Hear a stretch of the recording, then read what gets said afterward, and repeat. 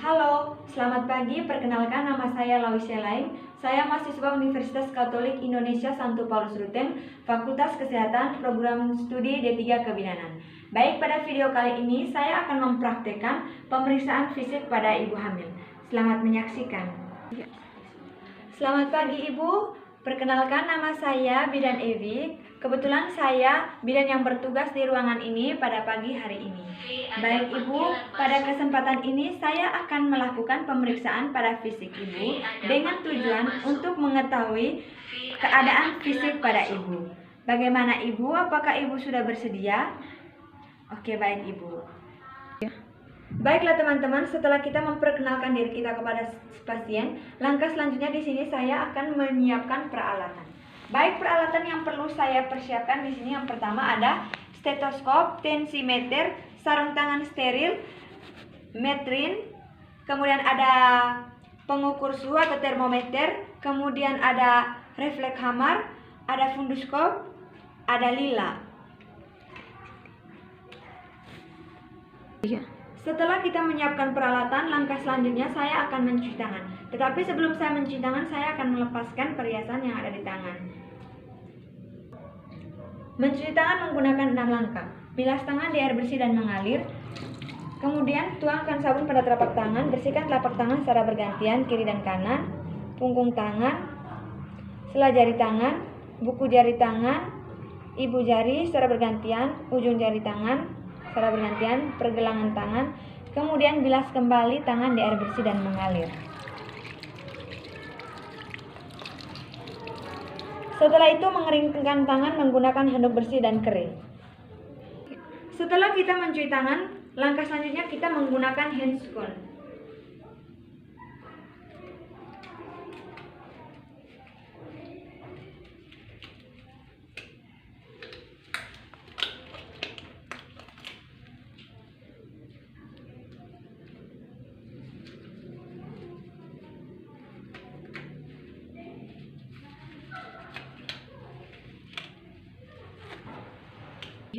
Kemudian kita menganjurkan ibu untuk membuang air kecil sebelum kita melakukan pemeriksaan fisik.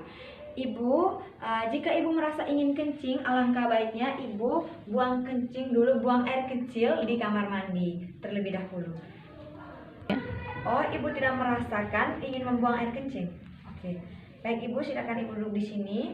Kemudian saya mengatur posisi senyaman mungkin. Baik Ibu, sekarang saya akan melakukan penimbangan berat badan Ibu. Silakan berdiri di sini ya Ibu. Baik, berat badannya adalah 50. Langkah selanjutnya pengukuran tinggi badan di sini Ibu. Permisi ya Ibu. Tinggi badannya 162. Ibu silakan duduk. Langkah selanjutnya saya akan mengukur lila. Permisi ya Ibu. Ibu, tangannya seperti ini ya Ibu ya, ditekuk seperti ini. Permisi Ibu. Di sini di 32, kemudian dibagi 2. Ibu tangan seperti ini.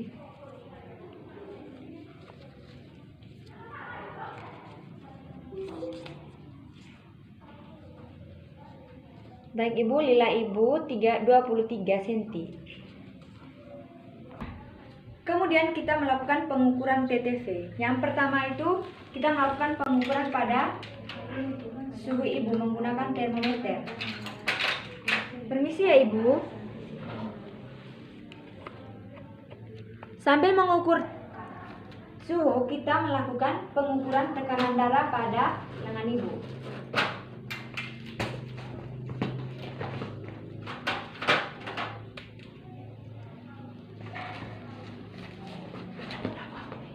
Permisi ya Ibu.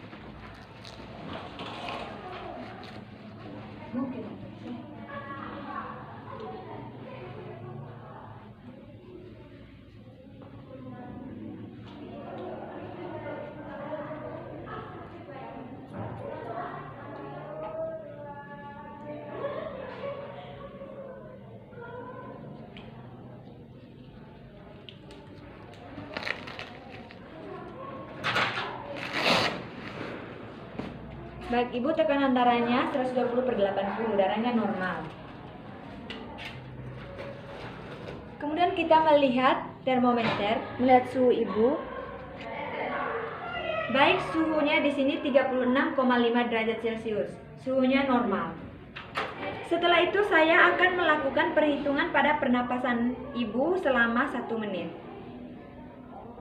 Baik, pernapasan ibu di sini 19 kali per menit. Kemudian saya akan menghitung nadi ibu selama 1 menit. Boleh pinjam tangannya ibu?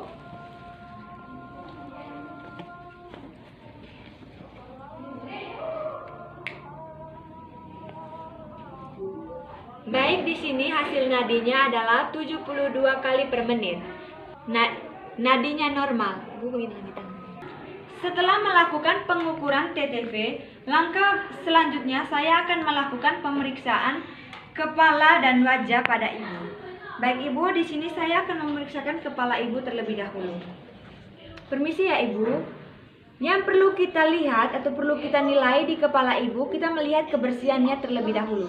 Di sini kepala ibu bersih, kemudian tidak ada benjolan, tidak ada pembengkakan, lalu warna rambutnya juga bagus, tidak ada ketombe. Selanjutnya pemeriksaan pada wajah ibu. Permisi ya ibu, saya akan melihat pada wajah ibu atau memeriksa pada wajah ibu. Di sini wajah ibu tidak pucat, kemudian di sini juga tidak ada bekas luka dan tidak ada pembengkakan. Kemudian saya akan melakukan pemeriksaan pada mata ibu. Permisi ya ibu. Di sini pada mata ibu tidak ada kelainan, kemudian matanya juga simetris kiri dan kanan. Permisi ya ibu, saya boleh buka matanya? Oke, baik. Di sini skleranya putih, kemudian konjungtivanya berwarna merah muda. Kemudian saya akan melakukan pemeriksaan pada hidung. Permisi ya ibu. Di sini tidak ada cuping hidung, kemudian tidak ada pengeluaran cairan, kemudian hidung ibu bersih juga, tidak ada sekret yang saya temukan di sini. Langkah selanjutnya saya akan melakukan pemeriksaan pada mulut ibu dan kerongkongan ibu. Ibu boleh mulutnya dibuka sedikit. Oke. Baik, pada mulut ibu ini bibirnya tidak pucat, merah muda, tetap di sini juga giginya tidak ada lubang dan tidak ada karis gigi. Kemudian tidak ada pembengkakan pada gusi dan gusinya juga tidak berdarah. Kemudian pada kerongkongan ibu juga tidak ada kelenjar tonsil. Kemudian saya akan melakukan inspeksi pada telinga ibu. Permisi ya ibu. Di sini telinga ibu kiri dan kanan simetris. Kemudian saya akan melihat pada lubang telinga ibu tidak ada pengeluaran cairan dan di sini telinga ibu juga bersih, tidak ada sekret. Setelah pemeriksaan pada telinga, saya akan melakukan pemeriksaan pada leher ibu. Permisi ya ibu, saya akan memeriksa leher ibu. Yang perlu kita nilai di sini mulai dari kelenjar yang ada pada leher ibu. Di sini tidak ada kelenjar parotis, kemudian tidak ada pembengkakan kelenjar tiroid, kemudian tidak ada pembengkakan kelenjar limfe, kemudian tidak ada vena jugularis. Setelah melakukan pemeriksaan pada leher ibu, langkah selanjutnya saya lakukan adalah pemeriksaan pada dada ibu. Permisi ya ibu, saya akan melakukan pemeriksaan pada dada ibu. Bajunya saya akan buka sedikit. Baik, pada dada ibu ini tidak ada pembengkakan, kemudian simetris. Setelah itu payudara ibu puting susunya menonjol, kemudian ada sedikit pengeluaran ASI. Langkah selanjutnya saya akan melakukan inspeksi pada kedua ketiak ibu. Permisi ya ibu, tangannya diangkat seperti ini dulu. Iya, di sini tidak ada benjolan. Permisi ya ibu, tangan sebelahnya diangkat juga. Oke ibu, di sini juga tidak ada benjolan.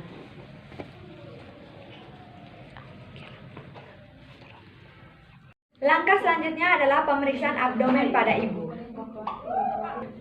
Sekarang saya akan melakukan pengukuran TFU. Akan Medlin diukur dari tepi atas simfisis sampai dengan fundus menggunakan teknik buta.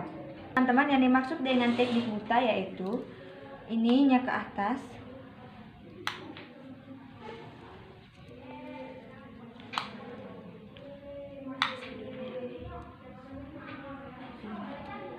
Setelah itu kita melihat hasilnya.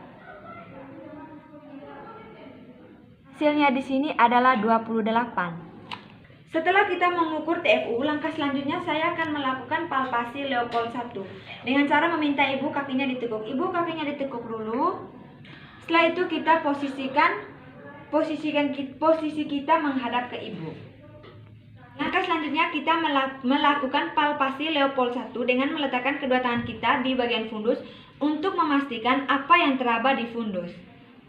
Seperti ini. Baik di sini teraba, bulat dan melenting. Di sini tandanya itu adalah bokong bayi. Kemudian melakukan Leopold 2 dengan cara tangan diletakkan pada sisi kanan dan kiri perut untuk menentukan bagian janin yang terletak pada sisi kiri dan sisi kanan perut pasien. Yang pertama kita melakukan penekanan pada bagian sisi kanan perut ibu. Baik, langkah selanjutnya kita menekan dan tangan yang satu kita meraba bagian kiri ibu. Di sini teraba datar seperti papan, berarti di sini adalah punggung bayi. Kemudian kita melakukan hal yang sama secara bergantian. Kemudian kita menekan bagian kanan perut ibu, lalu kita meraba bagian kiri perut ibu. Di sini teraba bagian-bagian kecil, yaitu ekstremitas atau alat gerak, seperti tangan. Langkah selanjutnya saya akan melakukan Leopold 3 dengan satu tangan meraba bagian bawah rahim dan tangan yang lain bisa sambil mengimplikasi fundus. Baik, di sini teraba bulat dan tidak melenting serta keras, berarti di sini adalah kepala janin. Setelah melakukan Leopold 3, kita meminta kaki ibu untuk jangan ditekuk. Ibu kakinya jangan ditekuk ya ibu. Setelah itu kita mengubah posisi kita ke arah kaki ibu. Di sini yang kita lakukan adalah letakkan kedua sisi tangan kita pada tepi atas simpisis. Di sini, jika tangan kita bersentuhan, berarti kepala bayi belum memasuki pintu atas panggul. Jika tidak bersentuhan, berarti kepala bayi sudah memasuki pintu atas panggul. Jadi di sini tangan saya bersentuhan. Baiklah teman-teman, setelah melakukan pemeriksaan Leopold, langkah selanjutnya saya akan melakukan pemeriksaan atau menghitung DJJ pada bayi. Di sini saya menghitung DJJ bayi menggunakan fundus atau linek. Baik, pada saat melakukan penghitungan DJJ, di sini yang perlu kita perhatikan, kita tidak boleh memegang linek, kemudian kita hitung dalam 1 menit dan kita memegang tangan ibu. Permisi ya ibu, boleh pinjam tangannya untuk bisa membedakan mana DJJ dan nadi ibu.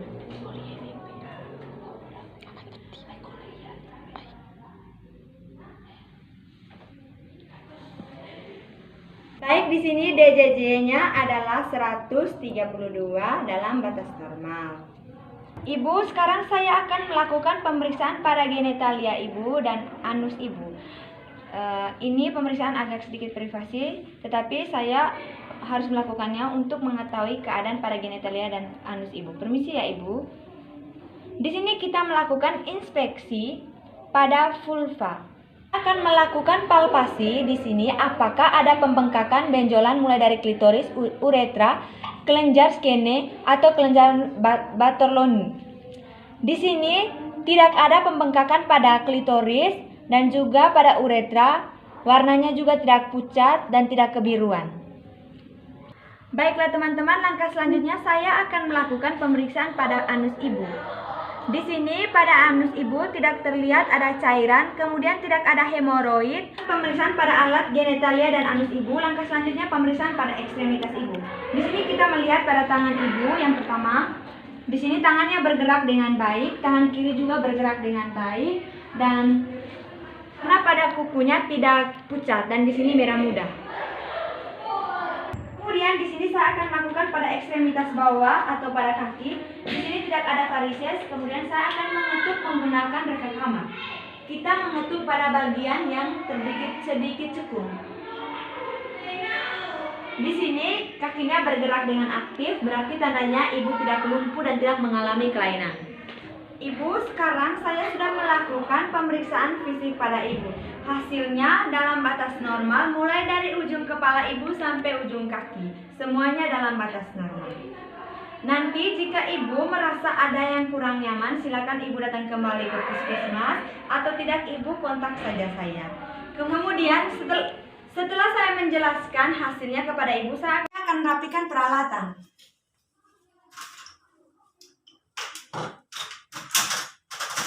Setelah merapikan peralatan, saya akan membukakan kembali sarung tangan, letakkan pada bengkok, kemudian mencuci tangan menggunakan teknik 6 langkah.